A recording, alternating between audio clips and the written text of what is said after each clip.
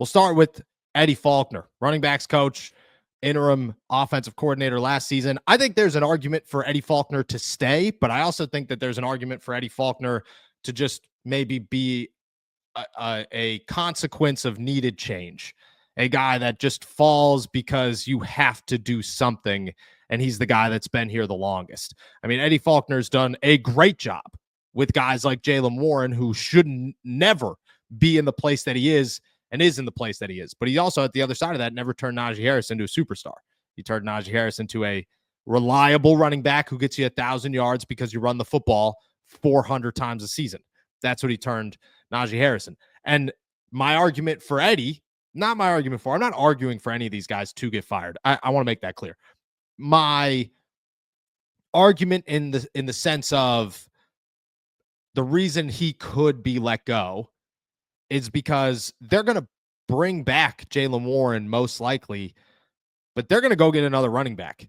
They're going to go get a guy early in the NFL draft or maybe free agency, but there's not really any names. It would have to be a surprise early in the NFL draft to say, you are our next starting running back. You are our next star in the making. Jaylen Warren's going to be the guy. He'll probably start most of the games, but he's not the future of the Pittsburgh Steelers running back position. Whoever they draft is going to be. And just like a quarterback, when you draft a guy, when you select a guy to be the future, a lot of times you want to bring a new coach with him. And you're not going to bring a new offensive coordinator or a new head coach for a running back, but you might bring a new running backs coach. I think Eddie Faulkner is on that list.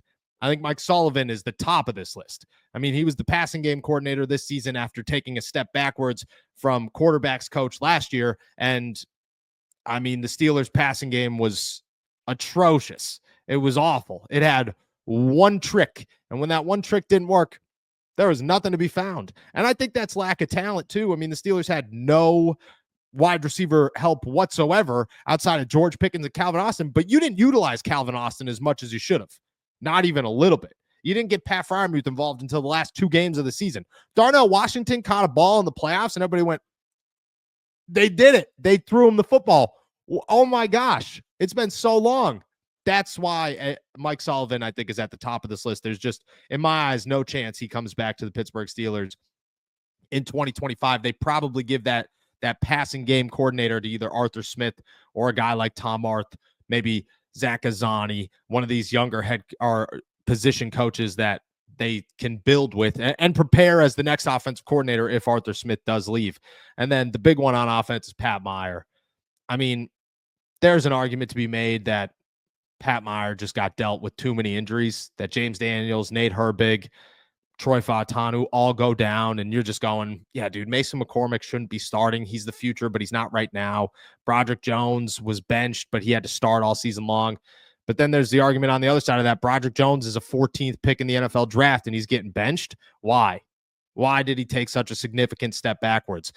Why did these things happen? Next year, I don't know. Broderick's going to be a surprise name on my list on the other side of this, but I think Pat Meyer is on his way out of Pittsburgh, and they're going to try to find somebody new when it comes to an offensive line coach. On the other side of this, Aaron Curry. Look at these results. People are making free money betting on sports, making thousands every month. The secret? They're using OddsJam. OddsJam isn't just another betting app. It's turning the entire system in your favor. OddsJam uses a strategy called arbitrage, finding odds differences across sportsbooks. Bet both sides, and no matter the outcome, you will profit. Here's an example. You put $500 on Boise State to win on FanDuel and $335 on their opponent San Francisco on DraftKings. You're guaranteed to make $50 win or lose. With the OddsJam mobile app, you get real-time alerts on these opportunities every day. People are making thousands monthly. To get you started, use our code ALLSteelersTalk for 35% off and a 7-day free trial. I guarantee you'll profit during that trial, and if you don't, cancel with one click, no questions asked. Don't leave money on the table. Go to oddsjam.com, use our code ALLSteelersTalk, and start making money the smart way. Inside linebackers coach.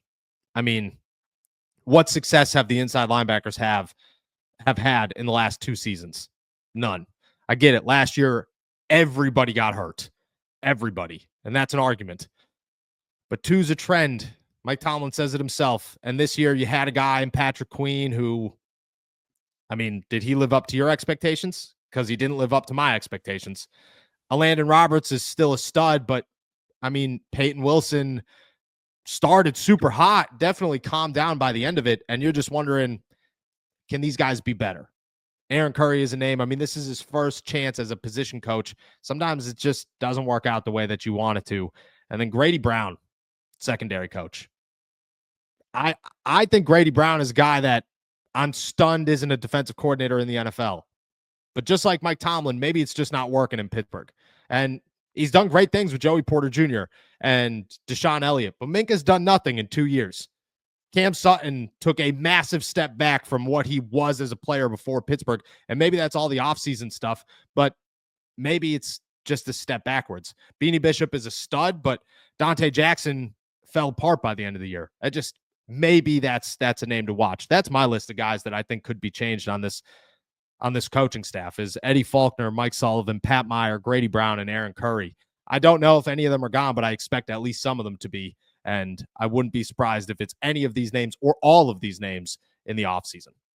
Yeah, especially on the offensive side of the ball, all of those holdovers from the Matt Canada era, you had to look at them and say, man, you were coaching for your lives this year because Canada went out the door and the only names that really came in were Tom Arth and Zach Azani. And you looked at some of these other coaches, especially Mike Sullivan. I remember last year we were on a couple of those offseason podcasts saying, oh, no, Mike Sullivan's coming back. And you're like, well, they just hired another quarterbacks coach. And they're like, no, they're finding a different role for him. And that just seemed like, hey, they're trying to give him another opportunity. And the offensive passing game, like you mentioned, wasn't good. So I think a lot of those holdovers from the Matt Canada offense are guys that are going to have to really be campaigning for their job over the next week or two. The defensive side of the football, the secondary was the problem at the end of the year. I mean, yes, they didn't get enough pressure, and you can blame whoever you want to blame. I think part of that is scheme because, again, the hubris of that defense thinking, hey, we can just send 4 guys and we're going to beat them no matter what. That it wasn't working. TJ Watt, it wasn't working. How many snaps did he go without registering a single statistic at the end of the season? And yet nothing was changed schematically. They just said, hey, we'll still send 4 and we'll think that we're going to get to Lamar Jackson. Hey, we're going to just attack the dive and let Lamar run all over the place. That is bad schematics. And I think part of that made it harder on some of these individual coaches and made it look worse on the secondary because the quarterbacks had all the time in the world to kind of pick them apart. But I think you look at the secondary and you say, Corey Trice looks like he might have a future, but again, how much progression did he make? Can you even tell? Darius Rush is a guy that there were a lot of high expectations for. He ended up being cut before, I believe, even like week 3 of the season. Yeah. So you look at a lot of these young guys and young pieces and say, you've kind of lost out on it. So it makes a lot of sense that a lot of these assistants are going to have to be campaigning for their jobs over the next couple of weeks, especially whenever you look at a lot of the pieces that changed and the total outcome is the same, whether it be regular season record, whether it be postseason performance. It's the exact same thing with different pieces. And at that point, the pieces that were the same are going to be the ones that are going to have to look in the mirror and say, hey, you know what, that might have been on me. Yeah. The Pittsburgh Steelers used to be a team that developed the James Harrisons, that found the Ramon Fosters, excuse me. They're no longer that team, you know? They found the Jaylen Warren. Awesome. They don't utilize them as much as they should. That's where they need to get back to. And the way to get back to there is go find the Mike Munchaks. Go find as crazy as this sounds, Todd Haley was a stud for a minute here, you know? And then go find the Dick LeBeaus and keep them. That's what the Pittsburgh Steelers need to do.